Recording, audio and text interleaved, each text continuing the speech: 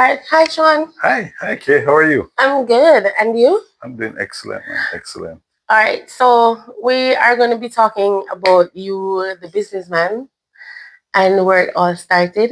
hmm So, can you tell me a little bit about childhood and growing up? What was that like? Very interesting. I think, you know, had a very interesting childhood. Mm-hmm. Um, I would consider that we grew up poor, but very rich in spirit. I had like seven siblings, really.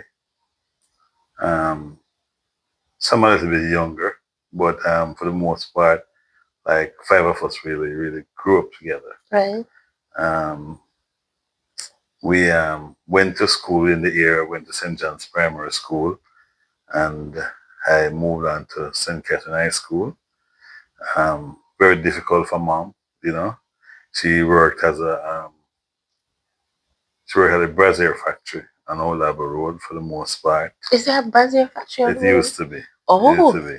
Other factories that used to be around is not running around, but she worked in one of those, and it wasn't like a high-paying job, right. but So it was like a single mom household? single mom. Wow. Um, excellent lady. I have Mm-hmm. to pay tribute to her every day, you know. Right. Still alive, and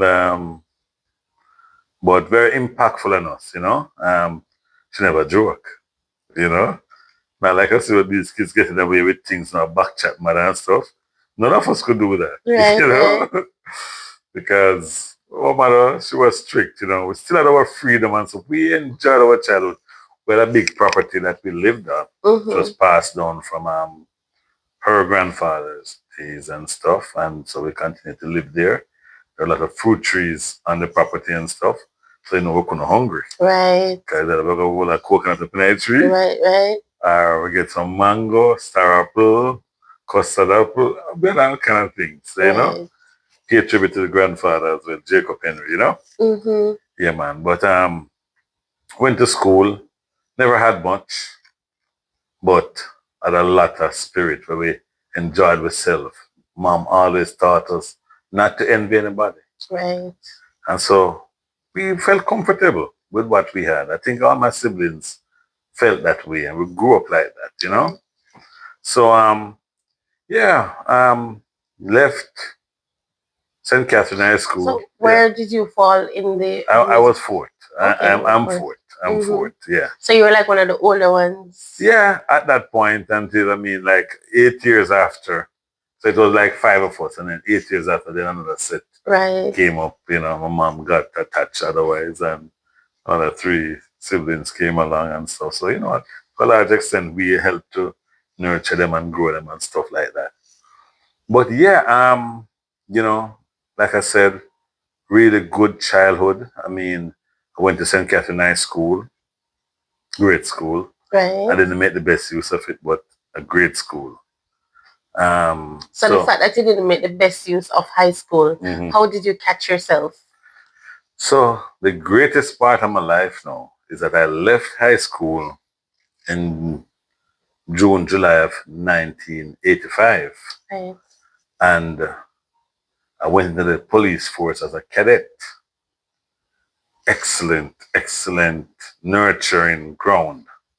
I would encourage everybody who has the opportunity, who is not in a tertiary institution, to join the police force or join the military between that 17, 18 to 22, 25 period. You need to be a part of this thing. This is that will be the most exciting part of your life. The kind of things that you'll get to do being a part of the military police force. You won't get that experience anywhere. We're working for any company in Jamaica. But most people would tend to differ and say that the Yeah, police are not well loved yes. and police are this and police are that. But I Mhm. guess we'll get to that We'll part get later to it. on. We'll get to it. Mm-hmm. But yeah, man, it's a very exciting time. And so I, as a youngster, probably never had any outlook as to where I would end up in life. Mm-hmm. coming from a poor family background and stuff like that. So went to the police force as a cadet. So I was at the police in the police for 17 years and 4 months old when I went up to the Jamaica Police Academy and spent about 9 months as a cadet, I think, 8, 9 months. And then when you get to 18, they say you swear on. So Right. become a policeman. And I had the opportunity to work into some specialized areas of the police force. First, the number one SWAT team in Jamaica, which is the Mobile Reserve. Right. I spent some time there, left there, and I went to the Protective Services, a very important unit. That's where you This protect like the prime ministers these and kind of people and stuff right. like that. And I mean, kind of exposure you get in those areas. First and foremost, the mobilizer, I've boasted about this anywhere. It's the only part of the police force where you're a land, sea, and air police, Right. you know? So the kind of exposure you get and the kind of training you get is really the very best. So Right. other policemen who haven't gotten that type of training, they're a little bit, no, a little bit less than. They're behind. Sorry, guys, who work elsewhere, so but excellent, excellent training ground. You Right. know, we had to go to Green Bay to retrain after we left the training school and stuff like that. Mm-hmm. We pretty much train like soldiers and stuff like that. So exciting, exciting part of. So, what were some of the opportunities that were created for you being a part of the police force, seeing that you're coming from a poor Mhm. background, mommy didn't have a lot, and Right. now you're here to serve and protect. What were some of the Yes. opportunities? So no, yeah, I mean the mobile reserve. Let's start there. We were the frontline people when kind of serious things popped up. Right. We were allowed to roam the entire island. Whatever is happening, serious things happening, we're the ones who had to go there to quell riots and all of this kind of stuff.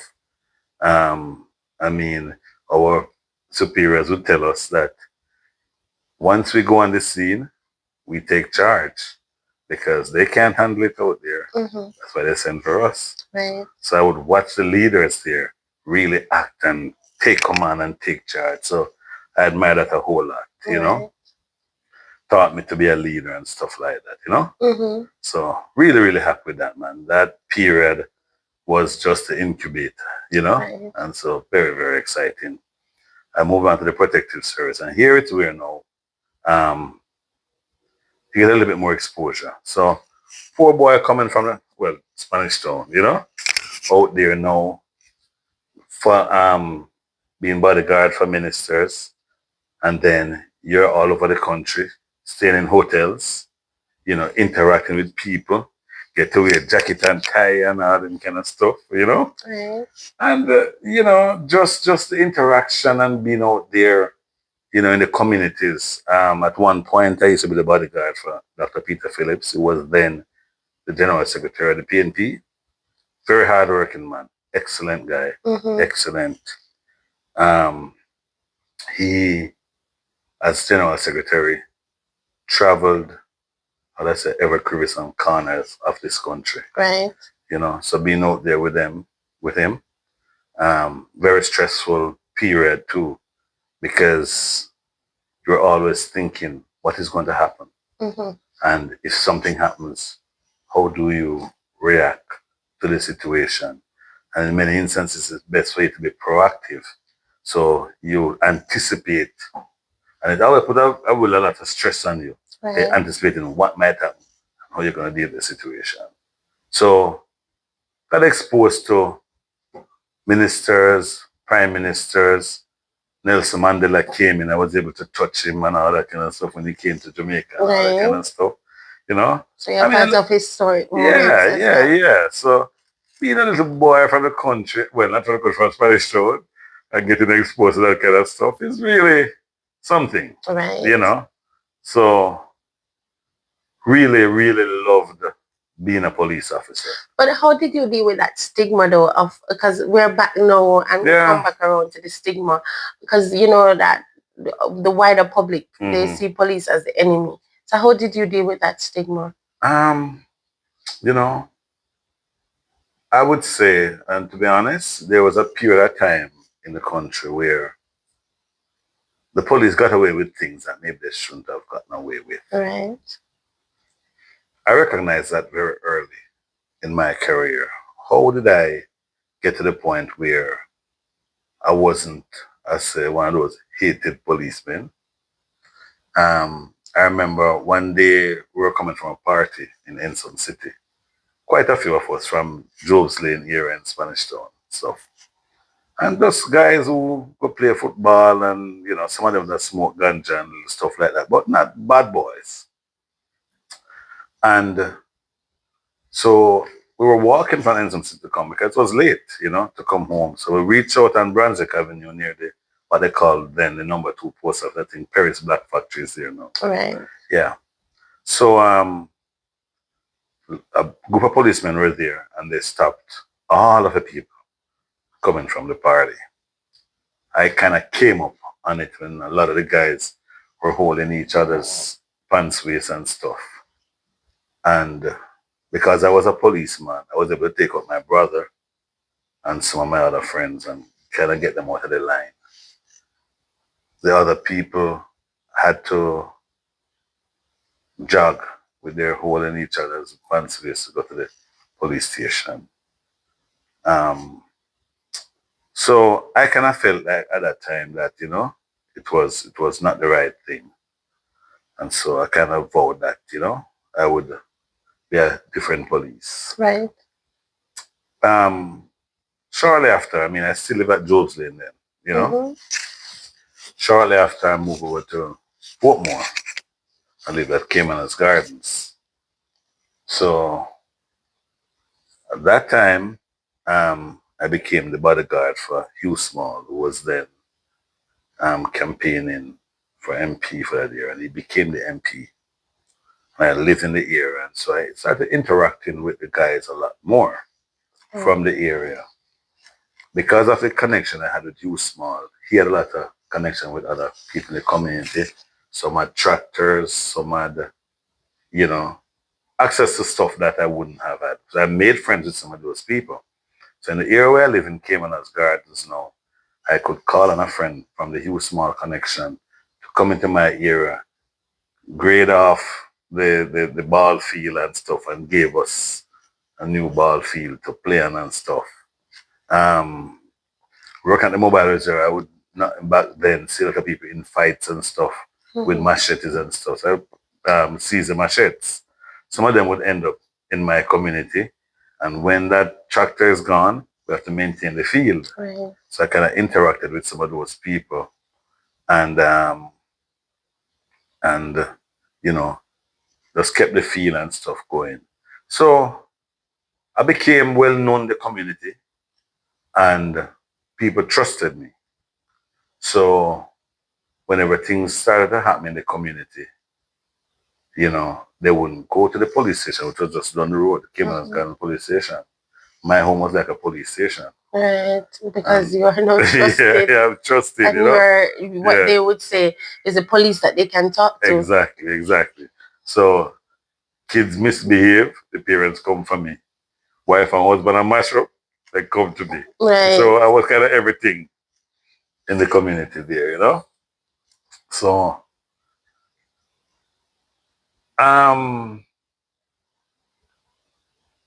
they would know of things that I would do to repel attacks and all them kind of stuff. So the people, they kind of, they feared me on one hand, and then, there were some who respected the fact that I was a police officer and was able to deal with them one on one. So sometimes that's the closest they would get to a policeman. Right. Even though they would still have the negative attitude about. So basically, you would say is just your way of dealing with them, why they actually had that trust in you. So you're saying that these officers know they need to look at how they deal with the community. I think it's much better now. It is much, much better now than nowadays. A lot of new laws have been passed, that is there to help protect the public. And right. Yeah. I think the policemen, a lot of more community policing is being practiced now. We had a some in our time, you know. I mean, I worked in Manchester and did a lot of community policing. But now I think it's almost a part now of the whole curriculum in the police force. It wasn't that way that much back in my days. But, you know, I see the police out there and they have parties and they do all kind of stuff. And, you know, it's different. I think it's better. And I mean, a lot of younger people probably wouldn't know how to appreciate that. Right. But people my age will tell you that police will come back, kick you down and whatever. These But you things just still have happen a few frequently. that will have that kind Yes, of yes, it happens, but it's not happening at the level at which it used to happen. right. So I appreciate the fact that, you know, um, people can trust the police a little more. Right. And based on what you see happening now with the crime rate going down and stuff, it suggests that the public is trusting the police more. They're giving up more information. The intelligence gathering is better. And most of them get the good intelligence from the community. Right. So the interaction is improving and crime is coming down. So you have to really put a lot of that on maybe the information the public is providing. But police. the difference is you seem like you enjoy being a police officer. You enjoy doing your job. And most policemen enjoy their job, you know? Sometimes it doesn't seem like that, especially when you get pulled over by them on the road. It seems like they're miserable at their jobs. Sometimes that is lack of leadership. Right. Because most of them they're out there with a senior person, and you know, if they would set that example and set the tone, then the people probably would behave a little bit better. But no, man, they love their job. Most of the policemen they sit there love their job a lot. Right. You know, nowadays they're getting better pay than we used to get too, so they can do a little bit more too. So, I mean, the public is sacrificing that. So, I mean, they should really appreciate the public is making a sacrifice for them to get better paid. Right. A lot of them don't see it as the public paying them, you know. They think the money comes from out of nowhere. I mean, they'll tell you that they pay tax too, which they do. But without the public, you know, you wouldn't be there. So, nowadays it's definitely better than it used to be. And I think commendation to the government, to the hierarchy of the police force. And they have recognized that, you know, the big boot type of thing, kick down, backs down, everything, you know, you can't work no more, you know. All right, so you've done the police force, and you seem to enjoy that temperature that you had there. So moving on from the police force, how did you transition now from the police force? So I went abroad. And I worked abroad in different areas, insurance, finance, and real estate, stuff like that.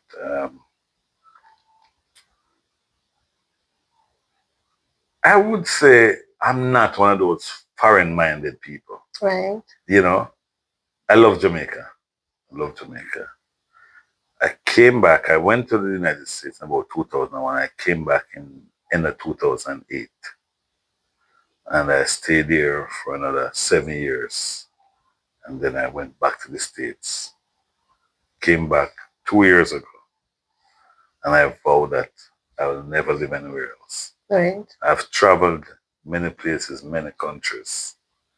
And it just seemed like there's something that is in my blood that says I have to be here in Jamaica. Right. You know, we know the challenges, but there are yet so many opportunities. And I think that if we kind of really train our people to remain here, you know, lay out the red carpet for them, you know, put in incentives for them to stay here. Let them know that this is one of the best places that they'll be. I tell you this, many places that I've gone to across the world, I've spent time in England, Canada, and the United States, and I meet a lot of Jamaicans.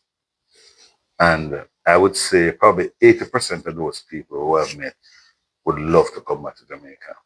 Yeah, that is true. Yeah. And so it is incumbent upon the government to recognize that and to realize that such a large diaspora with so much talent out there, money out there, we should be laying the red carpet, man, laying the red carpet for these people to come back home. Right. But we're looking at the short term of remittance, right? But if the man is able to earn 50,000 US, he can save right here earn 50,000 US. And he will spend most of it here. Right. You know, with this global flat world right now, this can happen. So we need to really lay the red carpet, Mr. Prime Minister, Mr. Opposition Leader, if you become Prime Minister. Do something to get the people to come back home. They want to come back home. You know? So let's come up with some policies, man, that will encourage them. Find some housing solutions where they can come back. Find jobs. They'll come back and they will increase the GDP in this country. So don't just think that they're outside to send some remittance here. Get them to come back here and let them contribute even bigger than they're contributing now. So, Shawn, tell me about you being the businessman now. I would love to hear. You know what? I tell you this. I have tried many things in life. I mean, I will keep on trying. I won't stop because I'm just made up like that. You know, I can't do the everyday thing that everybody's doing. I think that, you know, there's so much more that we can do. And, you know, you're not going to always be successful at the first go, right? I've tried trading. I have done, you know, wholesale business, all them kind of stuff. So now, back here over the last 2 years, started Route 66. And it's an entertainment venue at Cheniston Drive in Westmore Gardens. And one of the things that I wanted to do is to create a space that could change Spanish Town. So we set out about this being the best entertainment venue in Spanish Town. People have been coming there and they're saying we have achieved that result, right, that objective. And we're still continuing to grow. There's still a lot of stuff that we want to do that will make it, you know, a complete entertainment venue. We're working on it. We're working on it. Find it exciting. Get up every day looking forward to it. At nights, I still go to bed nice and comfortable, even though sometimes I'm tired. The thing is, yeah. So, we're working at really being successful. There are a few things. Once I get this thing to a mature level, right here, there are some other things that I'm thinking of doing. Like I said, this place has to be just number one in Spanish Town. It must be a place where people can go to. Right. People run to Portmore, Kingston, Ocho Rios when they want some entertainment. Knowing about this, they're starting to know about this place. And they come in and, yeah, man. So Route 66 right now is just like a bar and restaurant, you know. Nice like a setting. You know, there's so much more still to come. Still to come. People enjoy the ambience right now. You know, the place, because of the way we have tended to keep some of the natural landscape, the vegetation and stuff around it and all that kind of stuff. It's kind of unique, you know? So it's not so much about the buildings and stuff, but it's more about the landscaping. So we want to do more of that. You know, we want to have a place where we can, you know, keep some kind of big stage shows and stuff like that. Okay. You know? All right. So, Shawn, we're going to wrap up. So I want you to tell me, because you said, you know, you came from a poor background. It was mommy alone, and you stepped out into the wider world and you made something of yourself, know the entrepreneur that you are. What advice do you have for youngsters that are coming up that might say, oh boy, my mommy don't have it and she can't afford this and that? What advice would you give to those youngsters? Yeah, the advice that I would give is that, um, the sky is the limit out there, you know. Don't be afraid. Don't be afraid to take on challenges. Don't be afraid to take risk. They say the greatest risk is not taking one. No matter how many times you fall down, just always just get up and brush yourself off. Try again. Try again. There are many examples of people who have gone through struggles to get where they are. You look at Michael Leach and all, Jamaican. You can get there too. Just look at the biggest examples that you can use as a motivating factor. Your background, yes, is your roots, but you must use it as the anchor to propel to greater heights. Don't just sit back and just see all that's happening around you and think it's just going to fall in your lap. No, you have to go after it. You have to go after it. But there's so much more. Don't sit back and wait for others to do for you. We can create a much broader economy if more people are creating jobs. So get up, brush yourself off, get out there and do it. And then for those youngsters now that would want to be a part of the police force, and because of the stigma, you went in, you came out, and you are shining light. What advice would you have for those youngsters?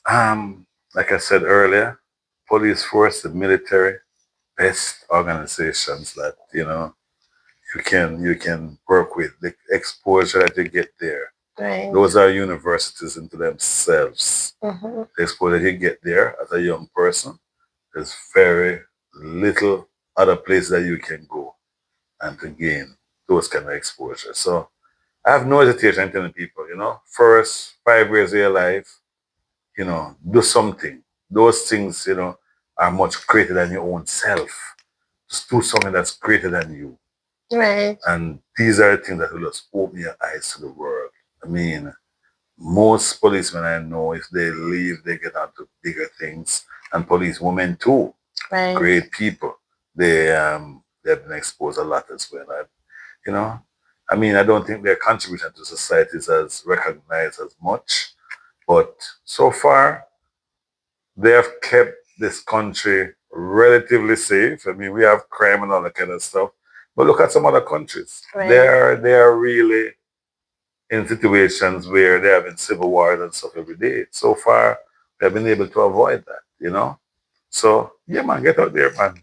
Military, police, as a paramilitary, get into them, man. Really great things to do. But, still recognize the people at the universities and the tertiary institutions. And I think those people should get a gold card. But that's a very other discussion. Each of those persons should get a gold card when they play by the rules and do what the society asks them to do, but they should not suffer in Jamaica. Really, they should live really, really great in this country. All right, Shawn, thank you so much for talking to me. And you hear that, youngsters, step out and just go after what you want and make the best of it. And parents, always remember to support your kids in whatever it is that they're doing, whether you're a single parent or a two household parent, always make sure you support your children.